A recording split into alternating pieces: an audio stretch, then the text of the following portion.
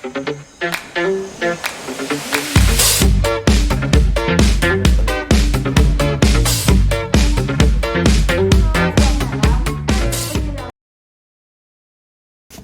ini, kapan kita ngurus surat perizinannya? Besok aja jam 9 pagi kita ke kantor BKPM-nya. Boleh sih. Buat berkas-berkasnya gimana? Apa aja yang dibutuhin? Oh iya, biar besok aja ada aku yang ngatur, jadi bisa tinggal ketemuan terus berangkat ke kantornya. Oke. Gimana berkasnya? Udah lengkap semua belum? Coba kamu cek dulu. Oh iya, udah lengkap. Ayo kita berangkat ke kantor BKPM. Permisi Bu, di sini kami ingin mengurus surat perizinan usaha. Ya baik, silakan. Dokumennya sudah lengkap juga semua. Bisa dicek nih.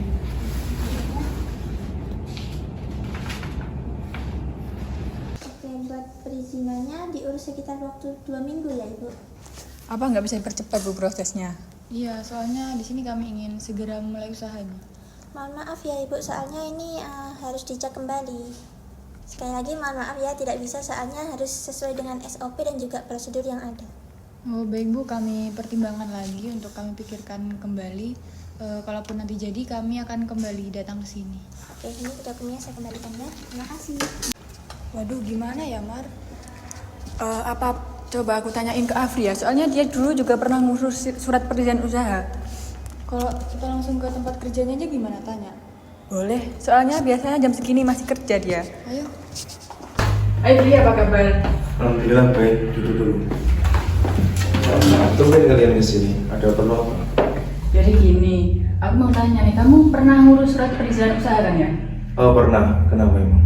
Tadi aku mau ngurus sama Maneta kan, itu prosesnya kurang lebih 2 minggu. Lama sih menurut kami. Ya, sedangkan udah pengen cepet-cepet buka usahanya. Oh kok lama ya?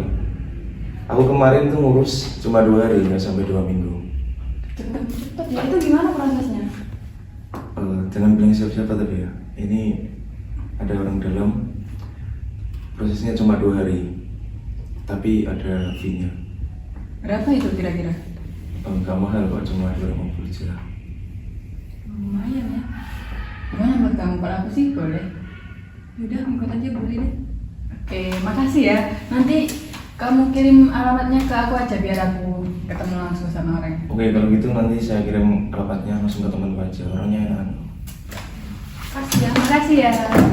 A few moments later. Perkenalkan saya Dewi. Oh iya. Perkenalkan saya Mareta. Jadi tujuan kami kesini itu untuk mengurus surat perizinan usaha. Kami kemarin direkomendasikan sama Bapak Afri. Oh iya, boleh silakan duduk dulu. Untuk dokumen yang mungkin nanti akan dibutuhkan. Oh iya, saya cek dulu ya. Untuk biayanya berapa ya Bu? Saya sih biasanya matok di harga 25 juta ya. Itu kalian udah terima beres. Nanti saya antar juga ke alamat Ibu. Gimana Bu? Ya Bu.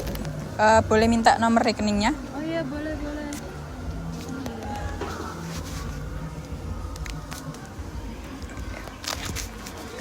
Ini Bu sudah saya transfer ya. Oh, saya cek dulu ya. Oh, boleh, udah masuk Bu. Ini tanda tangan terlebih dahulu ya.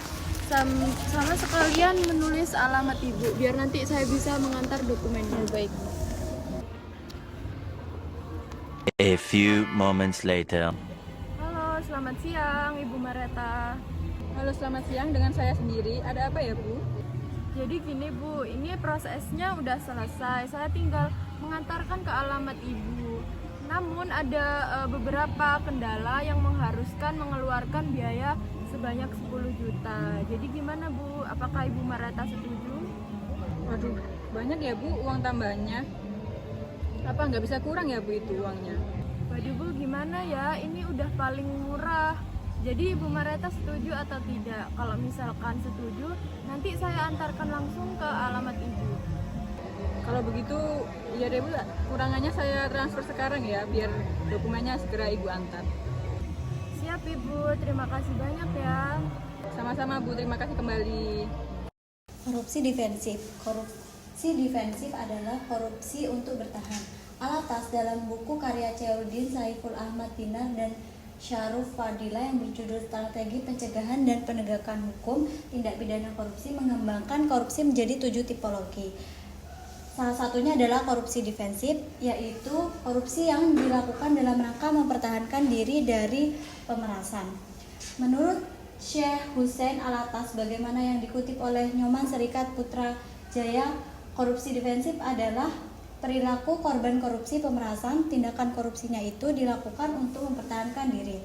Pihak pemberi dipaksa untuk menyuap guna mencegah kerugian yang mengancam dirinya, kepentingannya, atau orang yang dihargainya. Berikut merupakan penjelasan dari fragmennya.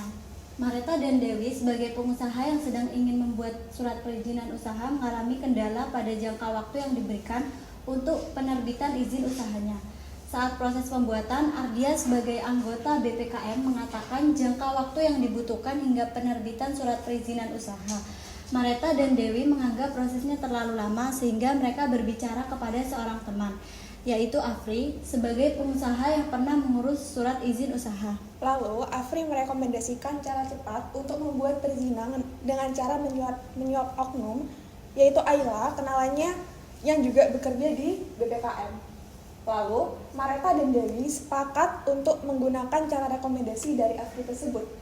Saat Mareta dan Dewi hendak memberikan uang yang kepada Ayla menolak karena uang tersebut terlalu sedikit dan meminta lebih banyak atau melakukan pemerasan.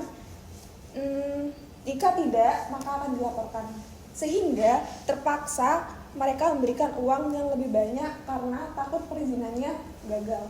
Mengapa fragmen tersebut dapat dikatakan sebagai contoh dari korupsi defensif?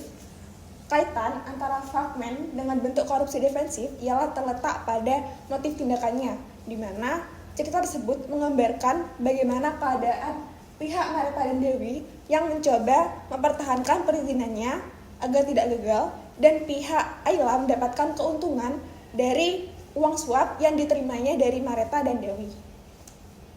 Dapat dikatakan korupsi defensif dikarenakan yang pertama, pihak yang dirugikan terpaksa ikut terlibat di dalamnya dan terjebak, di mana Mareta dan Dewi yang dirugikan karena lamanya pengurusan izin usaha sehingga mereka terjebak dengan Ayla yang meminta uang suap lebih banyak. Yang kedua, korban korupsi mempertahankan diri demi kepentingannya, yaitu Mareta dan Dewi sebagai pengusaha memberikan uang tutup mulut yang lebih banyak kepada Ayla agar tidak dilaporkan. Korupsi bukanlah hal yang patut untuk ditoleransi, karena korupsi adalah salah satu bentuk pelanggaran kode etik. Sebagai seorang pegawai, khususnya pelayanan publik, sudah seharusnya menjalankan tugas atau pekerjaan secara profesional dan tidak berpihak. Sedangkan pada cerita tadi, terdapat oknum yang melanggar kode etik. Lalu bagaimana solusi untuk mengatasi dan mengurangi korupsi yang membandel? Yang pertama, dapat melakukan tahapan psikotes terhadap karyawan atau pegawai.